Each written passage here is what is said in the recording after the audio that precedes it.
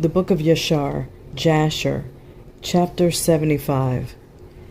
At that time, in the 180th year of Yashar, going down into Mitzrayim, there went forth from Mitzrayim valiant men, 30,000 on foot, from the children of Yashar, who were all of the tribe of Yosef, of the children of Ephraim, the son of Yosef. For they said the period was completed, which Yahuwah had appointed to the children of Yashar in the times of old, which he had spoken to Abraham. And these men girded themselves, and they put each man his sword at his side, and every man his armor upon him, and they trusted to their strength, and they went out together from Mitzrayim with a mighty hand. But they brought no provision for the road, only silver and gold.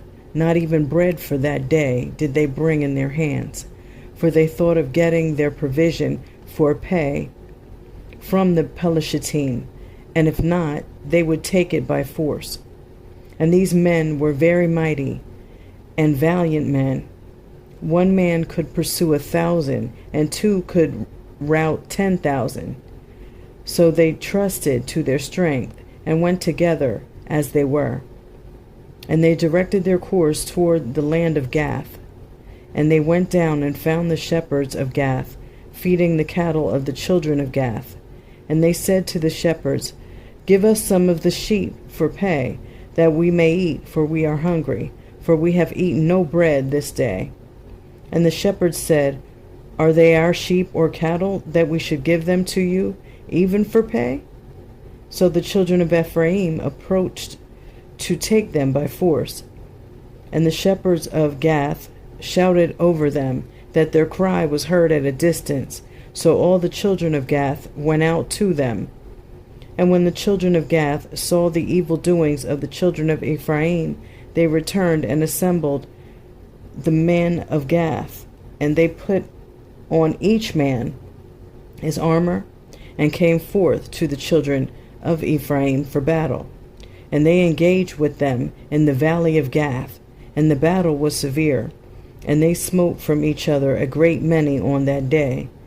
And on the second day the children of Gath sent to all the cities of the Pelashitim, that they should come to their help, saying, Come up unto us and help us, that we may smite the children of Ephraim, who have come forth from Mitzrayim to take our cattle, and to fight against us without cause.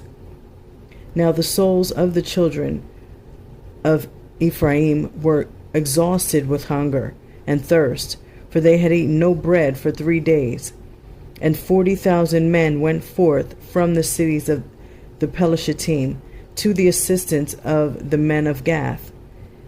And these men were engaged in battle with the children of Ephraim, and Yahuwah delivered the children of Ephraim into the hands of the Pelashitim. And they smote all the children of Ephraim, all who had gone forth from Mitzrayim.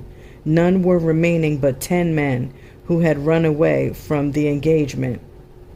For this evil was from Yahuwah against the children of Ephraim, for they transgressed the word of Yahuwah in going forth from Mitzrayim, before the period had arrived, which Yahuwah in the days of old had appointed to Yashar. And of the Pelashitim also there fell a great many, about 20,000 men, and their brethren carried them and buried them in their cities. And the slain of the children of Ephraim remained forsaken in the valley of Gath for many days and years, and were not brought to burial. And the valley was filled with men's bones. And the men who had escaped from the battle came to Mitzrayim, and told all the children of Yashar all that had befallen them. And their father Ephraim mourned over them for many days. And his brethren came to console him. And he came unto his woman, and she bore a son, and he called his name Beriah, for she was unfortunate in his house. Chapter 76. And Moshe, the son of Amram, was still king in the land of Cush in those days, and he prospered in his kingdom. and he conducted the government of the children of Cush in justice and righteousness and integrity. And all the children of Cush loved Moshe all the days that he reigned over them.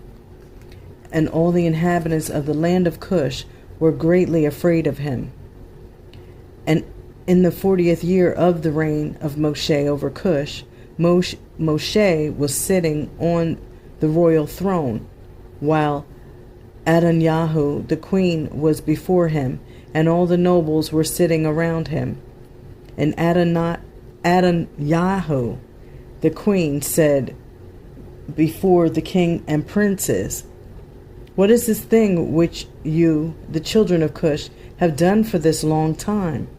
Surely you know that for 40 years this man has reigned over Cush. He has not approached me, nor has he served the Elohim of the children of Cush. Now therefore, hear, O ye children of Cush, and let this man no more reign over you, as he is not of our flesh. Behold, Menacrus, my son, is grown up. Let him reign over you, for it is better for you to serve the son of your Adonai than to serve a stranger, slave of the king of Mitzrayim." And all the people and nobles of the children of Cush heard the words which Adonyahu the queen had spoken in their ears. And all the people were preparing until the evening. And in the morning they rose up early and made Menacrus, son of Kikianus, king over them. And all the children of Cush were afraid to stretch forth their hand against Moshe, for Yahuwah was with Moshe. And the children of Cush remembered the oath which they swore unto Moshe, therefore they did no harm to him. But the children of Cush gave many presents to Moshe, and sent him from them with great honor. So Moshe went forth from the land of Cush, and went home, and ceased to reign over Cush. And Moshe was 66 years old when he went out of the land of Cush, for the thing was from Yahuwah. For the period had arrived, which he had appointed in the days of old, to bring forth Yashar from the affliction of the children of Ham. So Moshe went to Midian, for he was afraid to return to Mitzrayim on account of Pharaoh. And he went and sat at a well of water in Midian. And the 7 daughters of Reuel the Midianite went out to feed their father's flock. And they came to the well and drew water to water their father's flock. So the shepherds of Midian came and drove them away. And Moshe rose up and helped them and watered the flock. And they came home to their father Reuel and told him what Moshe did for them. And they said, "A Mitzri man has delivered us from the hands of the shepherds. He drew up water for us and watered the flock." And Reuel said to his daughters, "And where is he? Wherefore have you left the man?" And Reuel sent for him and fetched him and brought him home, and he ate bread with him. And Moshe related to Reuel, that he had fled from Mitzrayim, and that he reigned 40 years over Cush, and that they afterward had taken the government from him, and sent him away in peace, with honor and with presents. And when Reuel had heard the words of Moshe, Reuel said within himself, "I will put this man into the prison house, whereby I shall consolate the children of Cush, for he's fled from them." And they took and put him into the prison house. And Moshe was in prison 10 years. And while Moshe was in the prison house, Zipporah, the daughter of Reuel, took pity over him, and supported him with bread and water all the time. And all the children of Yashar were yet in the land of Mitzrayim, serving the Mitzrayim in all manner of hard work. And the hand of Mitzrayim continued in severity over the children of Yasharal in those days. At that time Yahuwah smote Pharaoh, king of Mitzrayim, and he afflicted with the plague of leprosy from the sole of his foot to the crown of his head, owing to the cruel treatment of the children of Yasharal with this plague at that time from Yahuwah upon Pharaoh, king of Mitzrayim. For Yahuwah had hearkened to the prayer of his people, the children of Yasharal, and their cry reached him on account of their hard work. Still his anger did not turn from them, and the hand of Pharaoh was still stretched out against the children of Yasharal. And Pharaoh hardened his neck before Yahuwah, and he increased his yoke over the children of Yasharal, and embittered their lives with all manner of hard work. And when Yahuwah had inflicted the plague upon Pharaoh, king of Mitzrayim, he asked his wise men and sorcerers to cure him. And his wise men and sorcerers said unto him, that if the blood of little children were put into the wounds, he would be healed. And Pharaoh hearkened to them, and sent his ministers to Goshen to the children of Yasharal to take their little children. And Pharaoh's ministers went and took the infants of the children of Yasharal from the bosoms of their mothers by force, and they brought them to Pharaoh daily, a child each day. And the physicians killed them, and applied them to the plague. Thus did they all the days. And the number of the children which Pharaoh slew was 375. But Yahuwah hearkened not to the physicians of the king of Mitzrayim, and the plague went on, increasing mightily. And Pharaoh was 10 years afflicted with that plague. Still the heart of Pharaoh was more hardened against the children of Yasharal. And at the end of 10 years, Yahuwah continued to afflict Pharaoh with destructive plagues. And Yahuwah smote him with a bad tumor and sickness at the stomach, and that plague turned to a severe boil. At that time the 2 ministers of Pharaoh came from the land of Goshen, where all the children of Yasharal were, and went to the house of Pharaoh, and said to him, We have seen the children of Yasharal slacken in their work, and negligent in their labor. And when Pharaoh heard the words of his ministers, his anger was kindled against the children of Yasharal exceedingly, for he was greatly grieved at his bodily pain. And he answered and said, Now that the children of Yasharal know that I am ill, they turn and scoff at us. Now therefore harness my chariot for me, and I will betake myself to Goshen, and will see the scoff of the children of Yasharal, with which they are deriding me. So his servants harnessed the chariot for him, and they took and made him ride upon a horse, for he was not able to ride of himself. And he took with him 10 horsemen and 10 footmen, and went to the children of Yasharal to Goshen.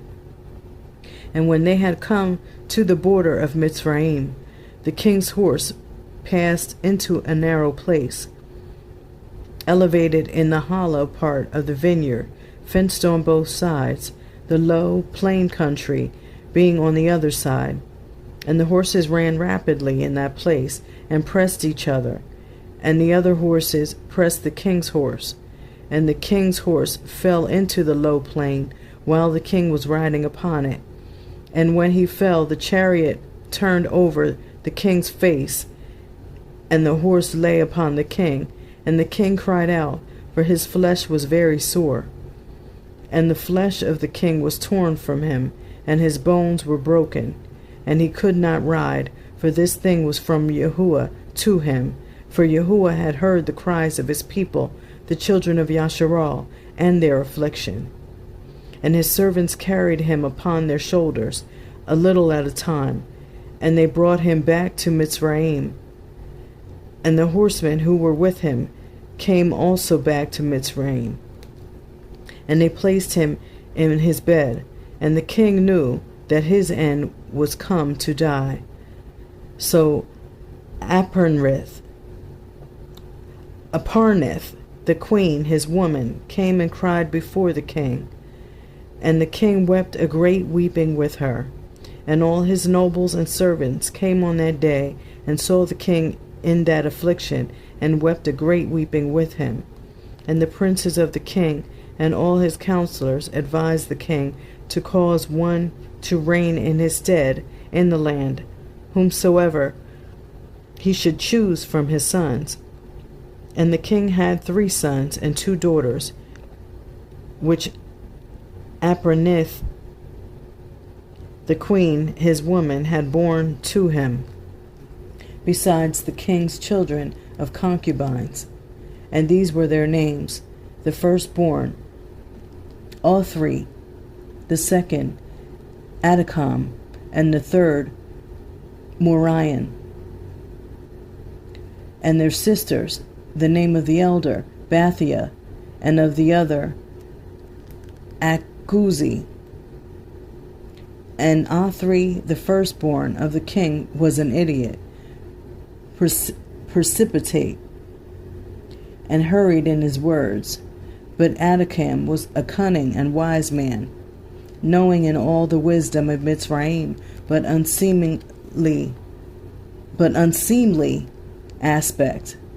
of unseemly aspect, thick in flesh, and very short in stature. His height was 1 cubit. And when the king saw Adikam his son intelligent and wise in all things, the king resolved that he should be king in his stead after his death. And he took for him a woman, Geduda, daughter of Abilat, and he was 10 years old. And she bore unto him 4 sons. And he afterward went and took 3 women, and begat 8 sons and 3 daughters. And the disorder greatly prevailed over the king, and his flesh stank like the flesh of a carcass cast upon the field in summertime, during the heat of the sun. And when the king saw that his sickness had greatly strengthened itself over him, he ordered his son Adikam to be brought to him. And they made him king over the land in his place. And at the end of 3 years the king died in shame, disgraced, and disgust. And his servants carried him and buried him in the sepulchre of the kings of Mitzrayim in Soan, Mitzrayim. But they embalmed him not, as was usual with kings, for his flesh was putrid, and they could not approach to embalm him on account of the stench, so they buried him in haste. For this evil was from Yahuwah to him.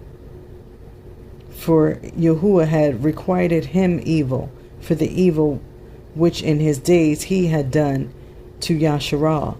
And he died with terror and with shame, and his son Adikam reigned in his place. Chapter 77. Adikam was 20 years old when he reigned over Mitzrayim. He reigned 4 years. In the 206th year of Yasharal's going down to Mitzrayim did Adikam reign over Mitzrayim. But he continued not so long in his reign over Mitzrayim, as his fathers had continued their reigns. For Melol, his father, reigned 94 years in Mitzrayim, but he was 10 years sick and died. For he had been wicked before Yahuwah. And all the Mitzrayim called the name of Adikam Pharaoh, like the name of his fathers, as was their custom to do in Mitzrayim. And all the wise men of Pharaoh called the name of Adikam Ahuz, for short is called Ahuz in the Mitzrayim language. And Adikam was exceedingly ugly, and he was a cubit and a span, and he had a great beard which reached to the soles of his feet.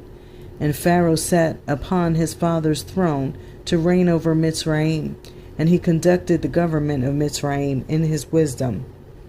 And while he reigned, he exceeded his father, and all the preceding kings in wickedness, and he increased his yoke over the children of Yasharal.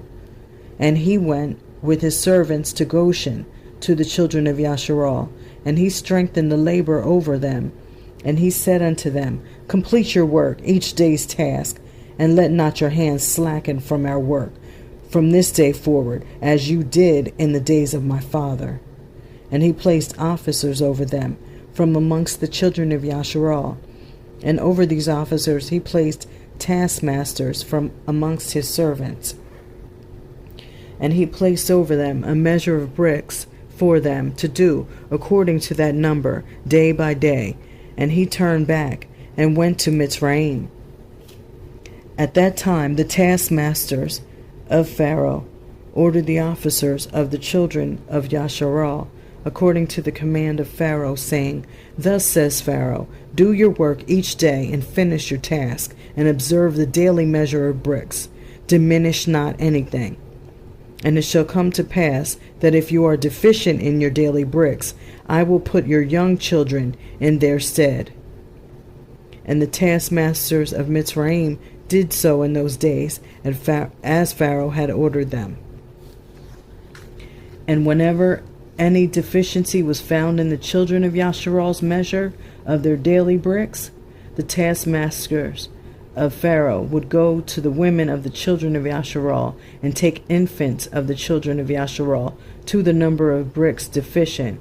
They would take them by force from their mothers' laps and put them in the building instead of the bricks, while their fathers and mothers were crying over them and weeping when they heard the weeping voices of their infants in the wall of the building.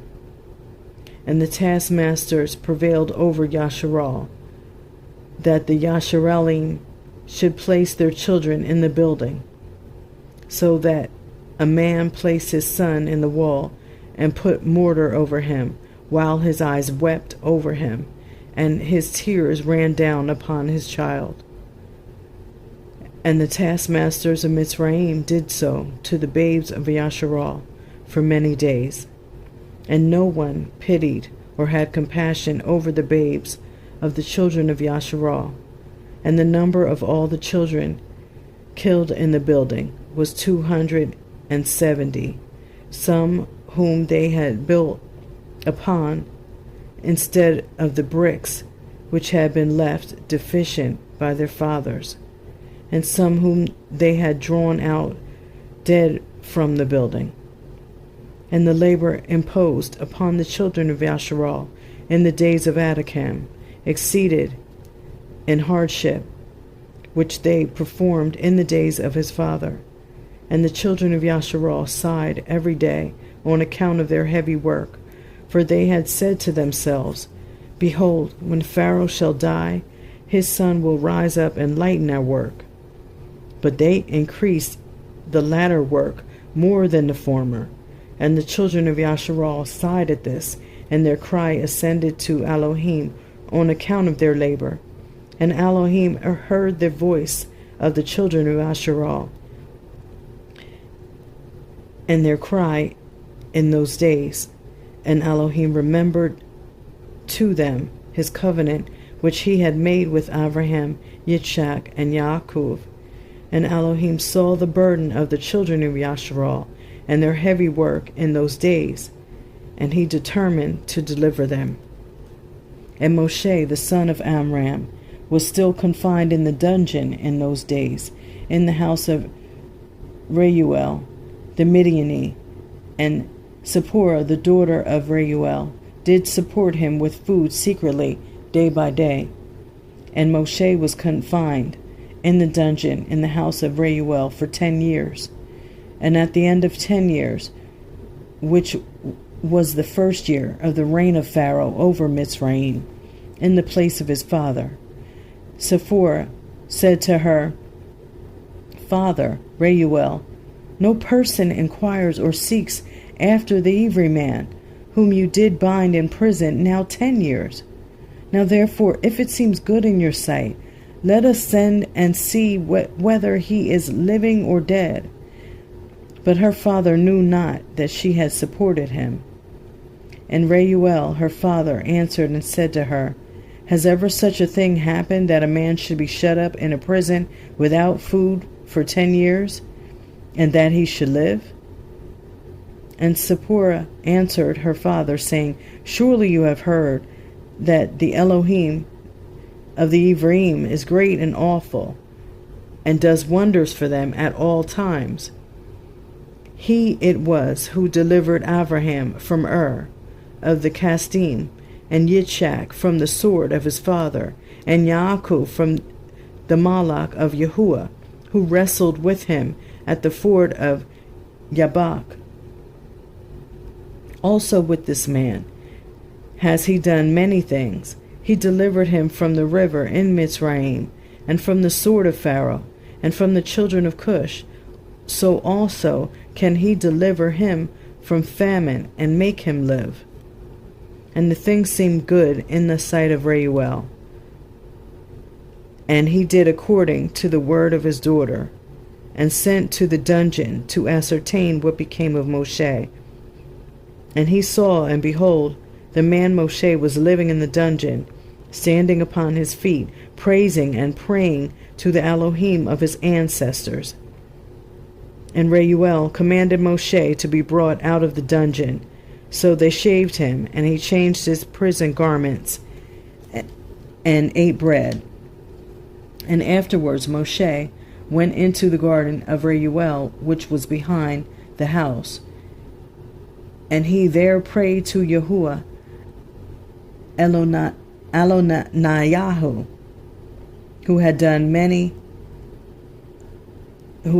mighty wonders for him. And it was that while he prayed, he looked opposite to him, and behold, a kaphir stick was placed in the ground, which was planted in the midst of the garden. And he approached the stick, and he looked, and behold, the name of Yahuwah Elohim Sevaoth was engraved thereon, written and developed upon the stick. And he read it, and stretched forth his hand, and he plucked it like a forest tree from the thicket, and the stick was in his hand. And this is the stick with which all the works of our Elohim were performed, after he had created Shamayim, heaven and earth, and all the host of them, seas, rivers, and all their fish. And when Elohim had driven Adam from the Garden of Eden, he took the stick in his hand, and went and tilled the ground from which he was taken. And the stick came down to Noach, and was given to Shem and his descendants, until it came into the hand of Abraham the Evri. And when Abraham had given all he had to his son Yitzchak, he also gave to him this stick. And when Yaakov had fled to Paddan Aram, he took it into his hand. And when he returned to his father, he had not left it behind him.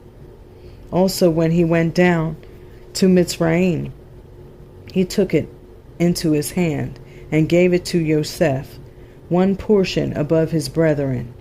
For Yaakov had taken it by force from his brother Esau.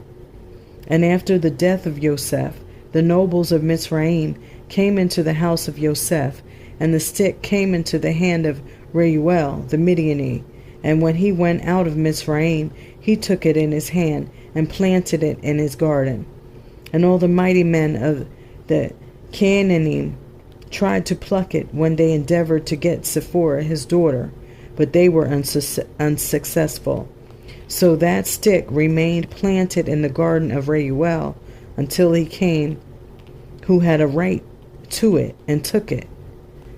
And when Reuel saw the stick in the hand of Moshe, he wondered at it, and he gave him his daughter Cepher for a woman. Chapter 78.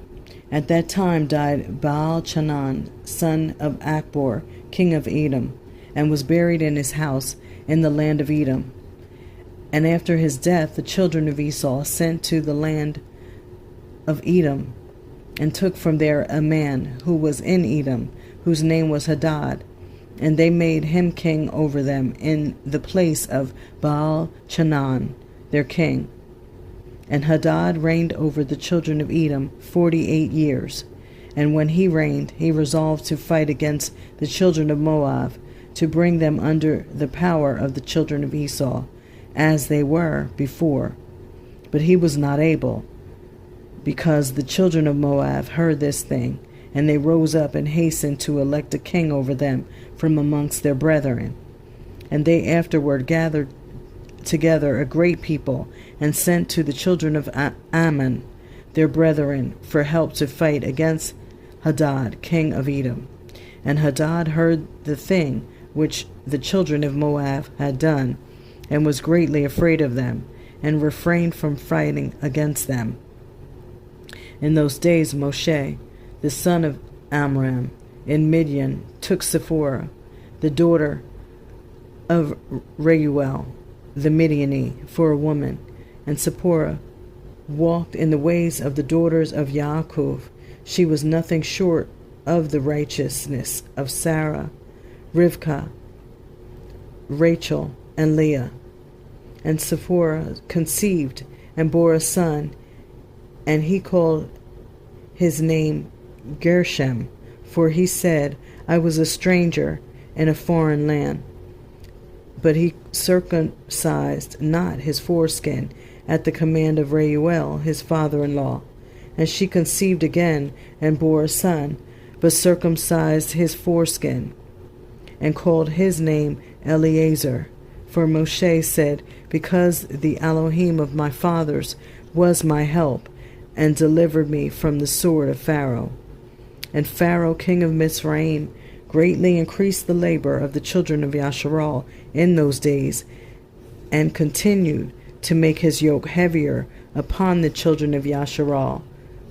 And he ordered a proclamation to be made in Mitzrayim, saying, give no more straw to the people to make bricks with. Let them go and gather themselves straw, as they can find it. Also the tally of bricks which they shall make, let them give each day, and diminish nothing from them, for they are idle in their work. And the children of Yashar heard this, and they mourned and sighed, and they cried unto Yahuwah on account of the bitterness of their souls. And Yahuwah heard the cries of the children of Yashar, and saw the oppression with which the Mitzrayim oppressed them. And Yahuwah was jealous of his people and his inheritance, and heard their voice. And he resolved to take them out of the affliction of Mitzrayim, to give them the land of Canaan for a possession.